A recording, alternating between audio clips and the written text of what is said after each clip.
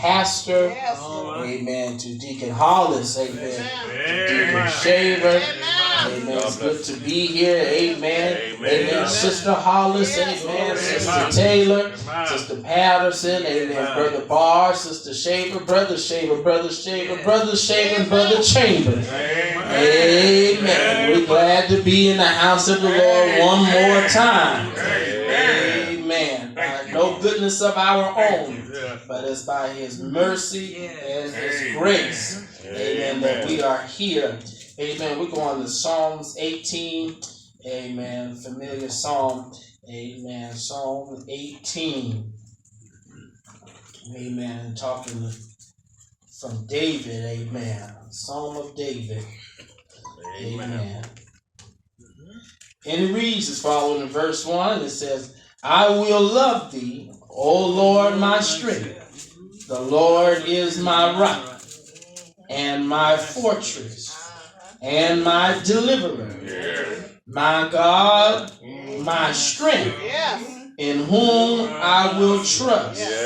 My buckler and the horn of my salvation and my high tower.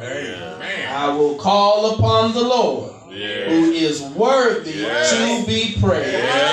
So shall I be saved from mine enemies. Amen. You may be seated in the presence of the Lord. Yes. Amen. Amen. It's one of my favorite, amen, psalms, amen, from David. Amen. Describing how he will love the Lord. And not only that, because he's given, amen, a testimony of how good God is. Amen. Somebody say how good God is. Amen. Amen. How good God is. So we excited this morning for this text that reminds us, amen, this hymn. Amen, that reminds us, amen. And this morning we want to talk about the benefits of being in the army of the Lord. Amen. The benefits being in the army of the Lord. Amen. The background of this particular psalm, amen, this hymn that David penned, or this testimonial hymn that David penned, rather, can be found in 2 Samuel, the 22nd chapter. Amen. And you will find in there where David was uttering these words unto the Lord, amen, as God had saved him, amen, from Saul. Amen. For some reason, it always seems like David was running from something, don't it? Amen. But each time, no matter what was going on, God had always protected David from whatever was going on, from all of his enemies. God had always protected David. David really had favor with the Lord. Talk about him being the apple of God's eye. David always had favor with the Lord. Amen. No matter what was going on, God had his shield of protection around David, and God would not allow Saul. This ain't the first occasion. This is just one of the many occasions that God delivered David from the hands of Saul, because Saul desired to kill David. But many times God had protected him. He had hid David in some points and sheltered David in other points, amen, from the hands of his enemy.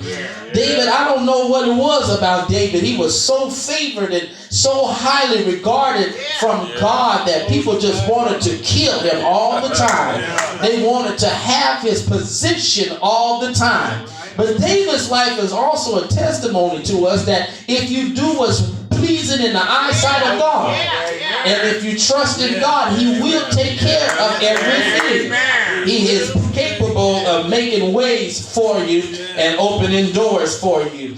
And when you get to this particular psalm, the reason why we titled this The Benefits of Being in the Army of the Lord is because when you look at the way that David has written this particular hymn, he's written it as a soldier, amen, who is in battle. All right. He's using some metaphoric language here that would suggest from a soldier who has been in any kind of war. Amen. And he is talking about his experience about how God has kept him, amen, while he's been on this battleground trying to serve while running from Saul. Amen. He's letting us know how God has been to him, and that if it wasn't for God, he didn't know where he would be right now. Some of us got that testimony even today, that if it had not been for the Lord who was on our side, we don't know where we would be. You know, you got that testimony. You can sit there like you are now, but you know that God has brought you from some places. You know God has sustained you. You know that God has taken you from some things that could have killed you. And it's only by his grace that you are here right now. Somebody said, I've been in situations where bullets was flying around me, but one didn't hit me because God was protecting me. I've been in situations where accidents were happening all around me, but God let his angels of protection encamp around me and kept me from getting into an accident. I remember one time I was driving down the freeway, down I-5 going north. I was heading there, getting to 80 so I can go up to Roseville, and I was coming and driving, and I said, everybody just slowing down on the road. I'm trying to figure out what's going on. And you know me, I like to speed. I'm not going to, be ashamed. I'm going to let you know and be honest. I like to speed a little bit because I like to get to where I'm going. Amen. I believe it don't take all day to get to where you're going.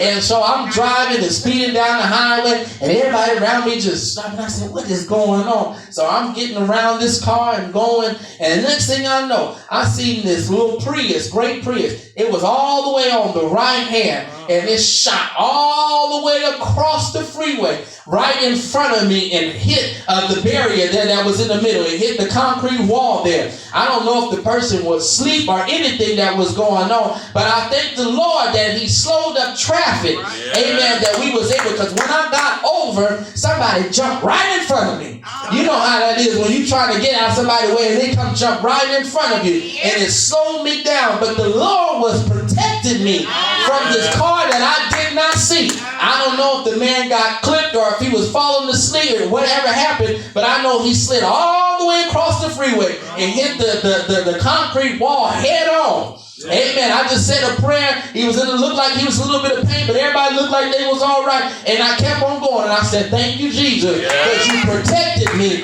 from what I did not see. Well, y'all don't know when to be thankful. God will protect you from the things that you cannot see. Sometimes you're going around in one way, and you're like, well, I got to go this way. And when you get around a different direction, and you'll see there's a whole pile up happening. God said, I took you around because I didn't want you to be involved in what's going on. God will protect you. And he will stay. Look at it. David says, I will. Look at how he put this, I will. I like the way it's written in his Bible. It's in all capital letters. David said, I will. He's making a declaration. He says, I will love thee, O Lord, what? My strength. David says that God has been my strength. When it was times when I felt like I could not make it, when it was time when I felt like throwing in the towel, when it's times that I thought I was going to lose my mind, when I thought that I was going to go crazy, David said that God has been my strength. In my times of weakness, God has been right there. He has been there to encourage me and to let me know that I can make it. Let me know that I can keep pressing on. Let me know that I can keep enduring this battle that we call life. David says, I know for myself that he has been my strength. Look at this. He says, the Lord is my rock. Look at that. David says, the Lord is my rock. The Lord is my foundation. The Lord is my sustainer. He is something that I can lean on. He is something that I can depend on. You know that when you are in a battle, if you put your back up against a rock, amen, you put your back up against a strong foundation. You put it up against support so you can get a real good position. David said that God has been my support. He has been the one who has sustained my position while I've been in this fight. Oh, you know you've been knocked to and fro by some of the winds and trials and tribulations that have come against you. But it's because the Lord has been a rock of sustaining for you. That you didn't rock or you didn't fall over, but he's been an anchor for you. David says that he's been my rock and what? And my fortress. The root word there is fort. I told you got to talk about it like we in the combat right now. He said he has been my fort. He has been a place where I can go into and seek covering. That's what David said. You know, when we was kids, we used to make little forts.